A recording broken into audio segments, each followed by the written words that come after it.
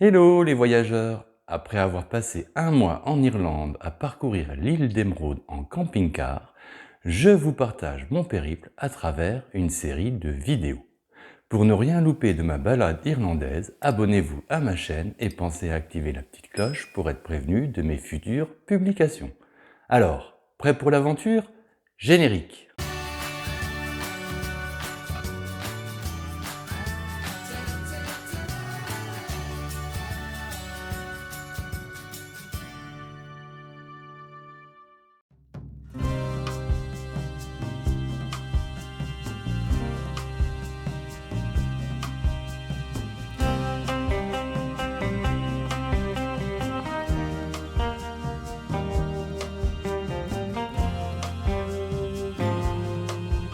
Je quitte la vallée empoisonnée et la montagne Erigole pour retourner sur la côte.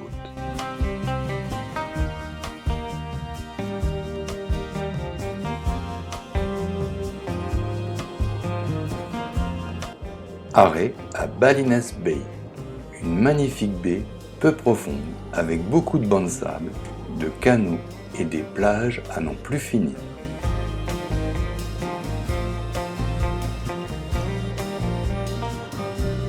Les marais salants et la lande constituent un habitat exceptionnel pour de nombreuses espèces d'oiseaux dont certaines sont rares et menacées.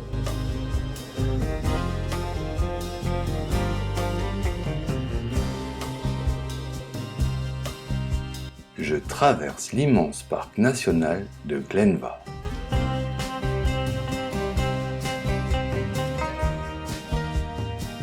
Au loin, les restes d'un viaduc ferroviaire qui s'est effondré en 1925 lors du passage d'un train.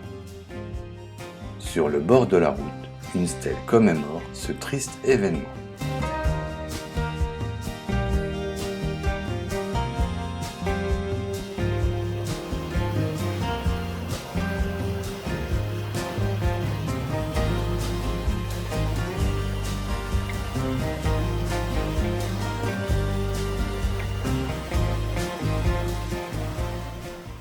Arrêt pour aller visiter le château de Dow, un édifice bâti en 1614 pour défendre l'accès à la baie de Shiphaven. Le tout début du XVIIe siècle était une période mouvementée au cours de laquelle ce château fut pris, puis repris, et ceci de nombreuses fois. Allez, je vous emmène visiter les lieux. Le château de Dow est entouré par l'océan sur 3 côtés. Côté terre, l'entrée du château se fait par une chaussée enjambant un fossé creusé dans le roc. Un visage sculpté a été gravé dans la pierre juste au-dessus de l'entrée.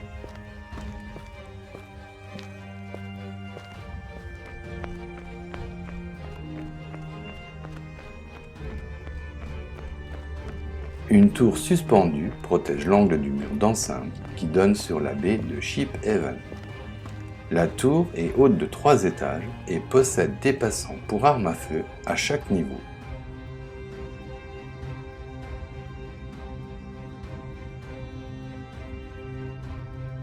Aujourd'hui, seule la demeure principale, construite en pierre et recouverte d'ardoises, est encore debout.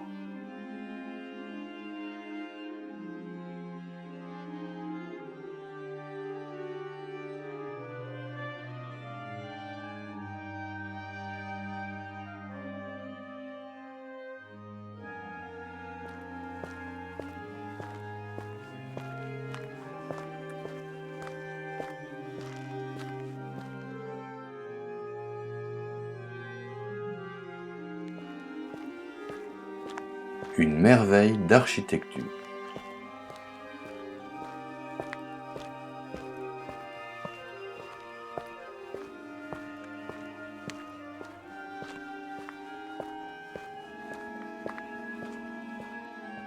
Suite aux destructions successives faites à grands coups de tir de canon, la demeure a été en constante reconstruction.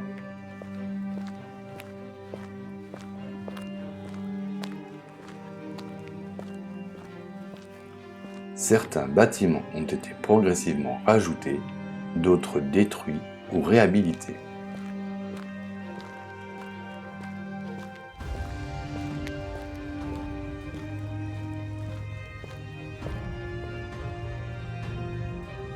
mâchicoulis, situé au-dessus de la porte intérieure, permettait de larguer des choses sur les attaquants.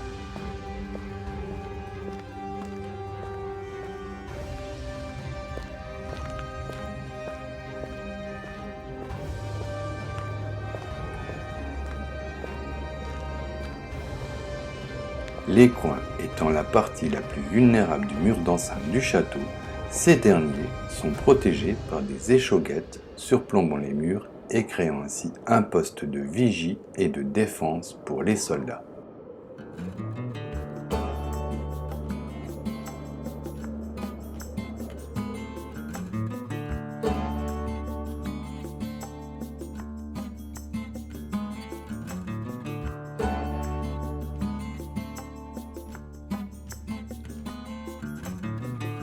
Je reprends la route en direction de Fanad Head.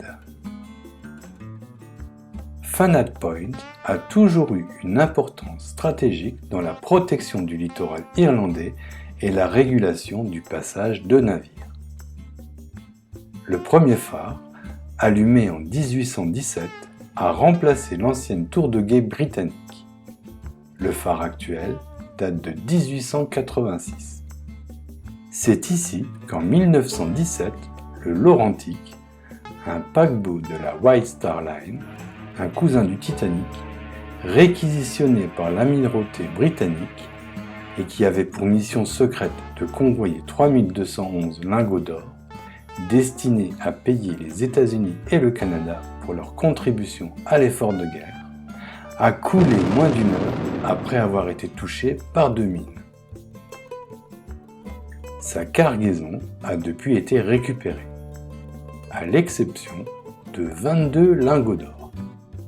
C'est pourquoi, et encore aujourd'hui, l'épave attire une multitude de plongeurs, de chasseurs de trésors et de chercheurs d'or. Toujours à Fanad Head, je pars randonner sur les sentiers côtiers pour aller voir une arche marine naturelle.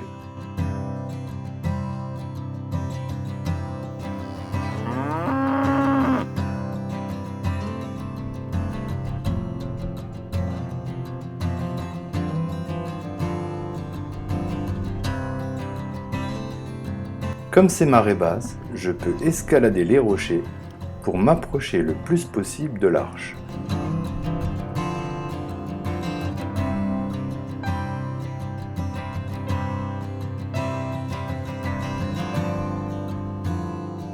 Et franchement, le spectacle est grandiose.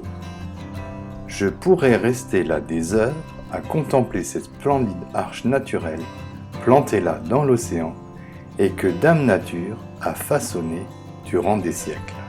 Mais il est temps de retrouver Max, ma machine à voyager, et de reprendre la route.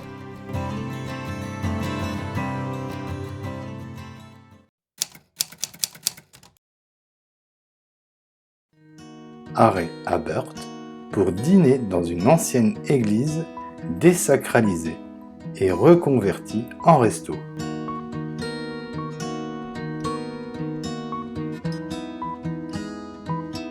Je ne sais pas si c'est le sacristain qui a cuisiné, mais le fish and chips que j'ai mangé était excellent.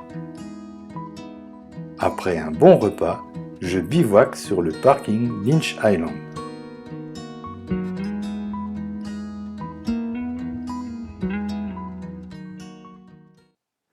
Visite du village musée de la famine, une sorte de mémorial doublé d'un écomusée qui relate l'histoire des populations irlandaises à l'époque de la Grande Famine. Au XVIIIe siècle, les 2/5 de la population irlandaise dépendaient de la culture des pommes de terre. Au cours de la décennie de la famine, soit de 1841 à 1850, la totalité des cultures de pommes de terre a été détruite par le mildiou, une maladie due à un champignon pathogène. Près d'1 million de personnes sont mortes et un peu plus d'1 autre million d'Irlandais a été contraint d'émigrer, ce qui a fait chuter la population irlandaise à 25%. 70% des émigrés sont allés aux États-Unis, 28% au Canada et 2% en Australie. Durant les traversées, plus de 80 000 personnes sont décédées, le plus souvent de fortes fièvres. Les rescapés, crédules et non préparés à l'exil, ont vite été perçus comme des proies faciles à exploiter. Les prédateurs n'étaient pas des anglo-saxons sans scrupules, mais plutôt des compatriotes qui jouaient d'attitudes apaisantes et familières pour inciter les nouveaux arrivants à leur faire confiance. Dans les années 1800, l'Irlande était divisée en grands domaines qui appartenaient à de riches propriétaires terriens. Les agriculteurs devaient alors louer la terre aux propriétaires pour pouvoir la cultiver et y construire leur maison. L'agriculteur était bien propriétaire de sa maison, mais pas des terres situées sous celle-ci. Et si le fermier ne payait pas le loyer, le propriétaire le faisait expulser de sa maison. Des planches étaient alors clouées au travers de la porte et les arracher devenait un crime puni par la loi. L'Orange Hall est une salle où se réunissaient secrètement les orangistes, des unionistes protestants britanniques et des loyalistes d'Ulster. Ayant juré de maintenir l'ascendance protestante en Irlande, ils étaient opposés aux catholiques républicains irlandais qui, eux, militaient pour l'indépendance de l'Irlande. Je termine la visite de ce village-musée en empruntant une sorte d'escape game à travers une maison où il faut trouver un passage dérobé pour accéder à la pièce suivante. Sur les murs de chaque pièce, des panneaux agrémentés de dessins et de photos historiques expliquent le conflit nord-irlandais.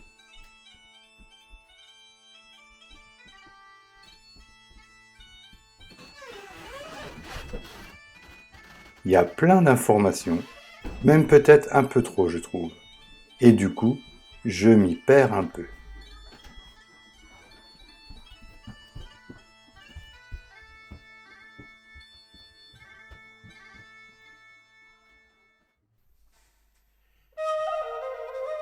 The Hand, littéralement la main, une sculpture censée représenter tout ce qui est bon dans l'être humain. Je reprends la Wild Atlantic Way en direction de la péninsule de Malin Head et les paysages côtiers sont toujours aussi beaux.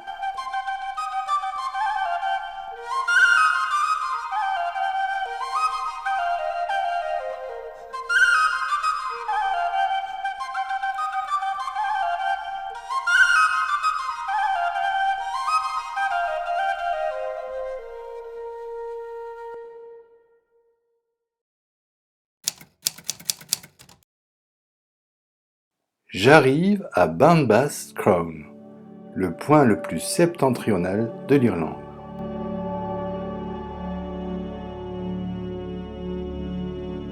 Là aussi, une inscription R a été construite pour être visible depuis les airs.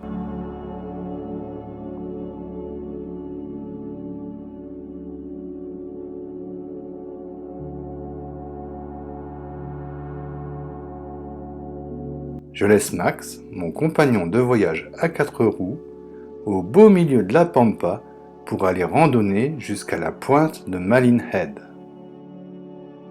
Le site est hyper connu des fans de Star Wars car c'est l'un des lieux de tournage de la célèbre série.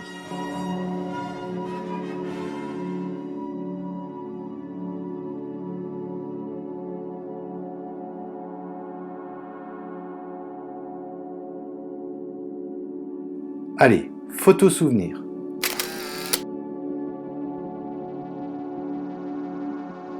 Ce soir, je bivouaque tout en haut de l'île d'Irlande.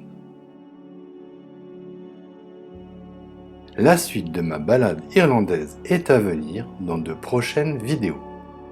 Abonnez-vous à ma chaîne, activez la petite cloche pour être prévenu de mes futures publications et si cette vidéo vous a plu, n'oubliez pas de la liker, de la commenter et de la partager. Alors, en attendant de vous retrouver pour de nouvelles aventures, n'oubliez pas, le monde appartient à ceux qui le parcourent.